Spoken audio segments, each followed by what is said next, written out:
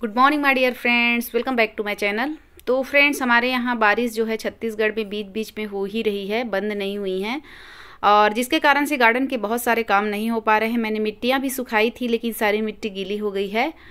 तो आज मैं बताऊंगी फ्रेंड्स, बहुत ही अच्छा टॉपिक लेकर आई हूँ। विंटर सीजन आ रहे हैं तो विंटर की तैयारियों में हमें क्या क्या प्रिपरेशन करनी चाहिए, और इस समय सितंबर में आपको क्या क्या काम जो है अभी कर लेने चाहिए। अभी भी बहुत समय है, तो आज मैं बताऊंगी आपको सारे विंटर की तैयारियां बताऊंगी कि क्या क्या करना है और क्या क्या नहीं करना है। तो वीडियो में लास्ट तक बने रहिएगा फ्रेंड्स। वीडियो अगर अच्छी लगती है तो प्लीज़ मेरे चैनल को लाइक सब्सक्राइब ज़रूर करिएगा।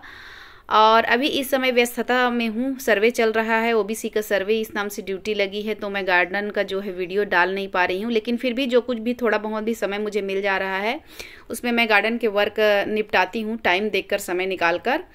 तो अभी जो है फ्रेंड्स, सितंबर का माह आ गया है और विंटर के सारे जो है प्लांट है वो आ जाते हैं इस समय हमारे यहाँ। तो विंटर की कुछ नर्सरी हैं जिनमें आते हैं और कुछ में नहीं आते हैं। पिछले साल तो अक्टूबर में हमारे यहाँ सीडलिंग जो है अक्टूबर में मिला था मुझे, और काफ़ी लेट हो गया था। और इस बार सोच रही हूँ कि मैं खुद ही अभी इस महीने जो है मैं लगाऊंगी विंटर के कुछ प्लांट। मैं खुद अपने गार्डन में ग्रो करके देखती हूँ इस साल ग्रो होते हैं कि नहीं होते हैं। पिछले साल भी किए थे लेकिन एक भी सीड जो है ग्रो नहीं हो पाए थे। तो उसके लिए मैंने कोकोपीट लाकर सुखा कर रख लिया है। तो कोकोपीट तो सूख गया लेकिन मिट्टी सूख नहीं पाई। और सुबह में देखिए इस तरह की थोड़ी धूप रहती है, लेकिन बाद में अचानक पता नहीं दोपहर में या फिर शाम में बारिश हो ही जा रही है, जिसके कारण से काम नहीं हो पाते हैं।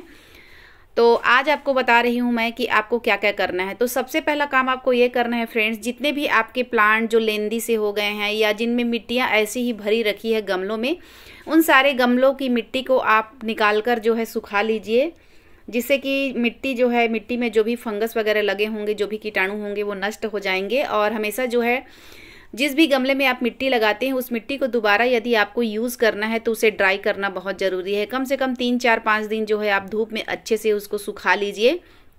उसके बाद उस मिट्टी को दोबारा आप इस्तेमाल कर सकते हैं, कोई दिक्कत नहीं आती है। एक और ख़ास बात है जो मैं आपको बताना चाह रही हूँ, और अपने गार्डन में मैं धीरे धीरे करना चाह रही हूँ, क्योंकि मेरे गार्डन में आप लोगों ने देखा है फ्रेंड्स बहुत सारे प्लांट हो गए हैं और गमले भी लगभग 1200 से ज़्यादा गमले मेरे गार्डन में रखे हुए हैं और सारे मिट्टी में ही लगे हुए हैं। तो वेट जो है मुझे लगता है ज़्यादा होने लगा है, और इस कारण से मैं जो है इस साल मिट्टी चेंज करूँगी सोच रही हूँ मैं। और मिट्टी का उपयोग जो है कम से कम मैं करना चाह रही हूँ, ज़्यादा तो नहीं उपयोग करना चाह रही हूँ, वेट बढ़ता है। तो मैं कैसी मिट्टी बनाऊंगी जिसमें मैं सॉइल कम करूं, जिसमें मिट्टी कम करूं, ये भी वीडियो आगे मैं इस टॉपिक पर वीडियो बनाऊंगी।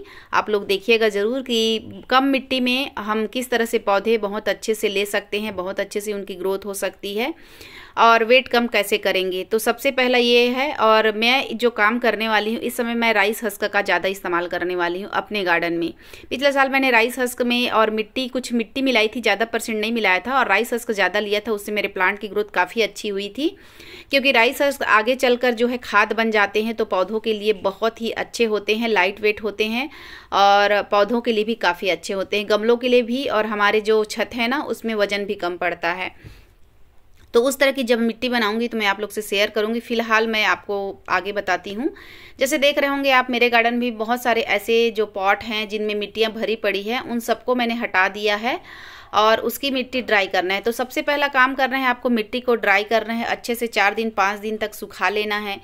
गमले जो आपके खाली हुए हैं उनको अच्छे से जो है आप धो लीजिए, साफ कर लीजिए, क्योंकि गार्डन जो है, मुझे ऐसा लगता है फ्रेंड्स, हमारे पास पौधे हों, उनमें फूल आए तभी हमारा गार्डन सुंदर दिखेगा, ऐसा मुझे नहीं लगता है। गमले भी अच्छे से साफ सुथरे होने चाहिए, जिससे कि हमारा गार्डन और भी ज़्यादा खूबसूरत लगे। तो ये वाला पार्ट आप लोगों ने देखा ही होगा। तो देखिए मेरे गार्डन का एक और पहलू देख लीजिए, कितना गंदा है। और गंदा तो कहेंगे ही, क्योंकि मिट्टी मैंने सारी निकाल कर रखी है। देखिए इतने सारे गमले हैं, सारे इनमें कोलियस के प्लांट लगे हुए थे, जिनको मैंने हटा दिया है, क्योंकि गर्मी में मैं ज़्यादा फ्लावरिंग प्लांट लगाती नहीं हूँ, तो कोलियस ही मेरे गार्डन की शान बढ़ाते हैं। तो जितने भी आपके कोलियस के प्लांट यदि आपने लगाए हैं और लेंदी हो गए जिनको आपने निकाला है, उनकी सारी कटिंग लगा दीजिए, बहुत आसानी से कटिंग ग्रो हो जाती है। एक और काम करने वाली हूँ। देखिए मेरा ये हिबिस्कस का प्लांट है देसी, इसकी रूट बॉन्ड हो गई है। अधिकतर प्लांट में मेरे रूट बॉन्ड हो गई है और समय नहीं मिलने के कारण मैंने इनको रिपोर्ट नहीं कर पाई, रूट प्रूनिंग नहीं कर पाई। रिपोर्टिंग तो नहीं कहूँगी, रूट प्रूनिंग नहीं कर पाई। लेकिन इन सबको मैं जो रूट प्रूनिंग करने वाली हूँ उसका वीडियो भी आप लोग से शेयर करूँगी। जितनी भी बेकार पत्तियाँ हैं या फिर जो भी कचरे आपके गार्डन में निकले हैं उनको इस तरह से बोरी में भर कर रख लीजिए, वो खाद बन जाएंगे। ये काम भी आपको अभी कर लेने हैं। पत्तियों को बाहर मत फेंकिए, पत्तियों का खाद आपका फ्री में मिल जाता है। गमले देखिए मैंने सारे वॉश कर लिए हैं अच्छे से और इनको ड्राई करने के लिए रख दिया है। इतने गमले मेरे अभी बचे हुए हैं जिनको मुझे साफ़ करने हैं, क्लीन करने हैं। तो सारे गमलों को फ्रेंड्स आप अच्छे से निरमा से या फिर डिटर्जेंट से कुछ भी से वॉश कर लीजिए और ब्रश की सहायता से, जिससे कि उसमें कोई फंगस वगैरह लगे हों वो निकल जाए। कुछ कटिंग लगानी है तो इस समय अपने गार्डन में कटिंग लगा सकते हैं। देखिए कोलियस के मेरे पास कितने सारे प्लांट थे, उन सब की मैंने कटिंग लगा दी है। तो प्लांट आप निकाल रहे हैं, साथ ही साथ आप कटिंग भी लगा दीजिए। कोलियस की कटिंग के लिए कोई मौसम की ज़रूरत नहीं होती है, कभी भी एनी टाइम आप लगा सकते हैं। तो सारे कोलियस को मैंने हटाया है मेरे गार्डन में। यहाँ पर आप लोगों ने देखा था रंगीन गार्डन था मेरा, तो उन सब की मैंने कटिंग लगा दी है। तो इस समय कटिंग भी लगाया जा सकता है। देखिए एमरेलस लिली को मैंने रिपोर्ट किया था, इसको वीडियो मैं शेयर नहीं कर पाई थी। तो इनको रिपोर्ट करने के बाद कुछ इस तरह के हालात हो जाते हैं। कुछ की पत्तियां जो है ना शौक में आके जो है सूख जाती हैं, तो उन पत्तियों को आपको गमले से हटा देना है। और इन पत्तियों को मैंने बताया कि बोरी में भर कर रख लीजिए, वो खाद बन जाएंगी। फ्री में आपको घर में खाद मिल जाएंगे। पत्तियों का खाद बनाना बहुत ही आसान है। तो इस तरह के लगभग 3-4 बोरी मेरे गार्डन में जो है खाद निकले हैं। इसका इस्तेमाल आप गमले में भी कर सकते हैं। जैसा कि मैंने बताया कि पत्तियों को निकाल कर आप बोरी में भर कर रख सकते हैं ना। और जब फिर से प्लांट यदि आप अभी विंटर का लगाएंगे तो नीचे जो भी पॉट आप लेते हैं, बड़े साइज का पॉट लेते हैं, उसके नीचे में आप जो अभी पत्तियां आप लोगों ने निकाल कर रखी है वो 1 हफ्ते में तो ड्राई थोड़े से हो ही जाएंगे। उनका इस्तेमाल आप जो है नीचे में भरने के लिए, गमले में मिट्टी भरने के लिए कर सकते हैं, जिससे कि आपको मिट्टी भी कम लगेगी और उसका उपयोग भी हो जाएगा। फेंकने का काम नहीं आता है। मैं तो इसी तरह का इस्तेमाल करती हूँ। जब भी कोई प्लांटर में प्लांट लगाती हूँ तो नीचे वाला जो भाग रहता है उसमें मैं इन पत्तियों को डाल देती हूँ। उसके बाद ऊपर में मिट्टी भरकर प्लांट लगा लेती हूँ। अगला काम आपको ये करना है कि इस तरह के एक जोड़ा में जो है फ्लावर आ जाते हैं और उसके बाद वो खत्म हो जाते हैं, तो उनको आपको कट कर कर निकालना है। अभी मेरे हाथ से नहीं हो रहा है, इनको सीजर की मदद से मैं कट कर दूंगी। तो इस बात का भी आपको ध्यान देना है, जो भी फ्लावर्स जो सूख जाते हैं उनको कट करके उनकी ब्रांच थोड़ी नीचे तक 2 से 3 इंच की आप कटिंग कर दीजिए, जिससे वहां से ज़्यादा ब्रांच आएंगे। इस समय जरबेरा को भी आप जो है रिपोर्ट कर सकते हैं। मैं जरबेरा को भी रिपोर्ट करने वाली हूं, क्योंकि एक प्लांट से ढेर सारे प्लांट आप इस समय सितंबर में बनाइए, फिर देखिएगा विंटर में आपको ढेर सारे जरबेरा के प्लांट मिलेंगे। तो ये वाला एरिया तो मैंने इस तरह से क्लीन किया है। गमले भी मैंने क्लीन कर लिए हैं। मिट्टी बस मेरी ड्राई नहीं हो पाई है फ्रेंड्स। यहाँ का नज़ारा देख लीजिए, ये सारे गुलाब के सेक्शंस है यहाँ पर। और गुलाब मेरे गार्डन में मैं देखभाल नहीं कर पाती, मैं एकदम स्पष्ट बता रही हूँ आपको, क्योंकि गुलाब को देखने के लिए, देख रेख करने के लिए बहुत ज़्यादा समय की ज़रूरत होती है। इसी वजह से मैं जो है गुलाब की शॉपिंग नहीं कर रही हूँ। ये देखिए, ये अनार का प्लांट है और इसी साल मैंने इसे जो है अपने गार्डन में लगाया और कितना छोटा सा प्लांट है, इसमें फ्रूटिंग भी होने लगी है।